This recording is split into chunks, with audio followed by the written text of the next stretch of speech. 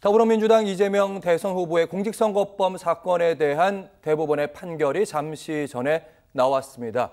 결론적으로 말하면 2심의 판결은 잘못됐다. 파기환송 다시 한번 서울고법으로 돌려보내게 됐습니다.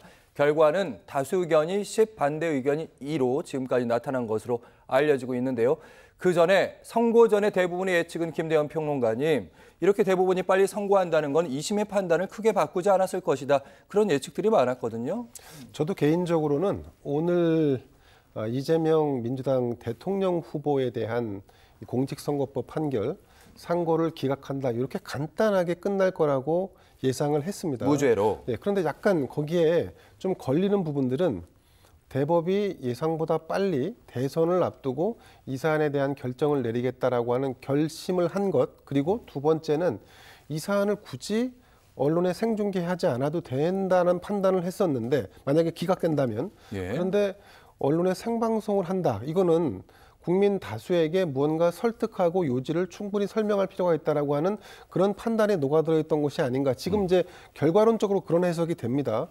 어쨌든 지금 이재명 민주당 대통령 선거 후보는 어쩌면 이번 대선에 출마할 수 없을 수도 있겠다. 왜냐하면 바로 결론부터 가시는 거예요? 왜냐하면 지금 이 대법원이 이번 사건과 관련된 장황한 설명을 특별히 고법에서 지금 이제 파기환송을 했으니까 다시 2심 재판부로 돌려보낸 건데, 2심 재판부가 특별한 판단을, 법리 해석을 하지 않고도 충분히 방망이만 두드리면 끝날 정도로 대법원이 판단을 내려버렸습니다.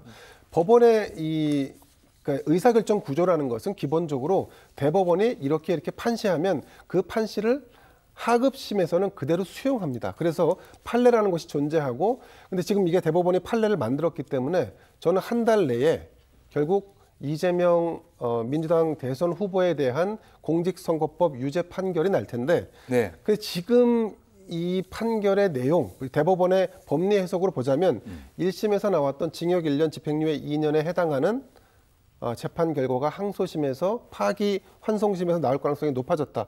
궁극적으로 본다 그러면 민주당은 후보 교체를 준비해야 되는 그런 상황을 맞았다, 이렇게 봅니다.